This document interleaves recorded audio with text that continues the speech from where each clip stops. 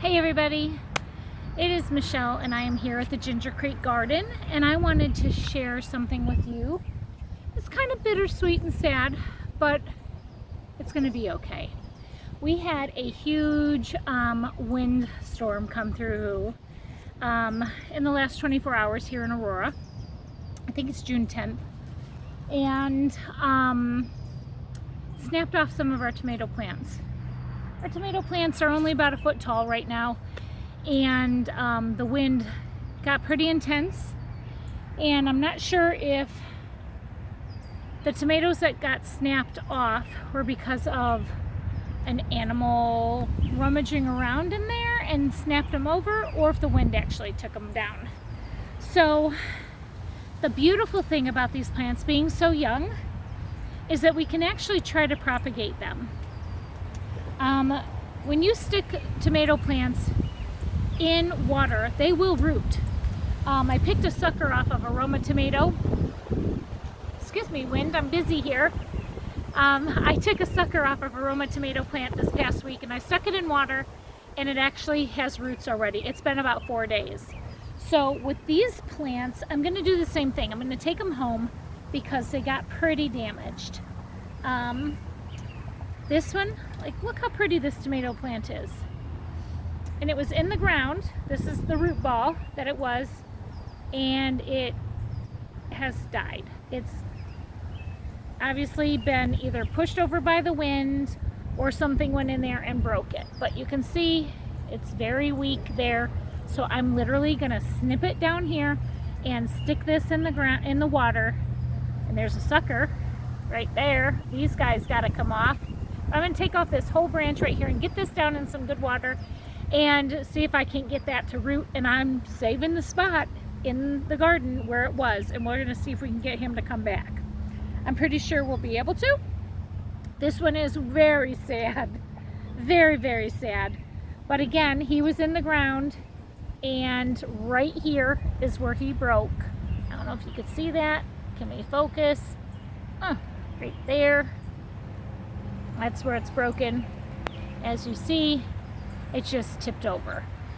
But once he gets in some water, he will pop right back up. So that's a second one. And the third and fourth, I tried to pull the whole root ball out by the stem. Obviously, the root ball is still in the ground.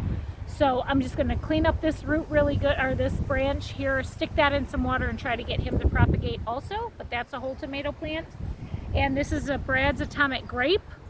And I gotta get him to come back. We need this guy in the garden. He also has a big sucker right there. You can see him right here in the armpit. This little wiggly guy, he'll come off as well. Get that off of there. But I'm gonna stick these in the ground, or I'm sorry, in water. Why do I keep saying that? And I'm gonna get them to put some roots out so I can bring them back here to the Ginger Creek Garden, stick them in the ground. So I will do a follow-up video on that. Also, a fun announcement that we have today. If you can see behind me, it's kind of hard to see here where this wall trellis is. There's 2 cattle panels there.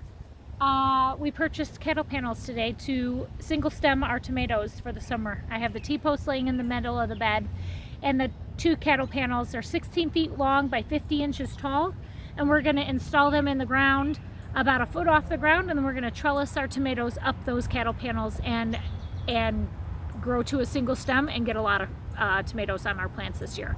So those were just delivered today. My friend Taylor has a pickup, thank goodness, because I drive a Chevy Cruze, and I was able to utilize his skills to help me get them from Farm and Fleet. They're about $32 each. They're a 1/2 inch thick. Nope, I lied. 1/4 inch thick. And so that's like the width of how big the galvanized steel is.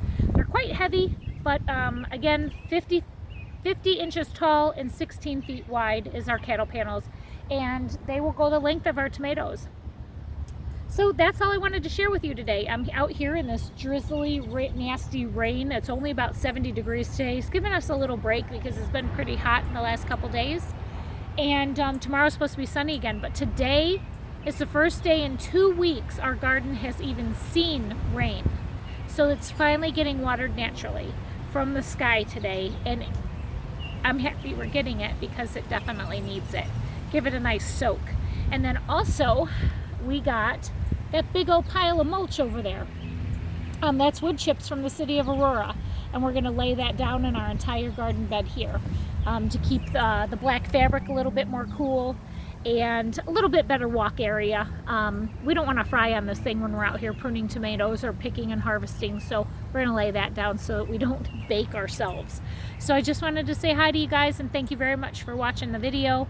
I will do a follow-up video on these in a couple days after they root. And then after I get them in the ground, I'll make sure I take some pictures and also do another video as they're growing prolifically in the garden. So that's all I wanted to share with you. I thank you very much again for watching. I wish you the very best in your gardening adventures. Please comment below and share the video if you find it interesting at all. And I wish you the best. I think I said that already. So I'm gonna go home and eat some dinner. Be kind to one another during all of this pandemic. I hope you all get back to work soon, and we'll see you in the next video. Take care. God bless.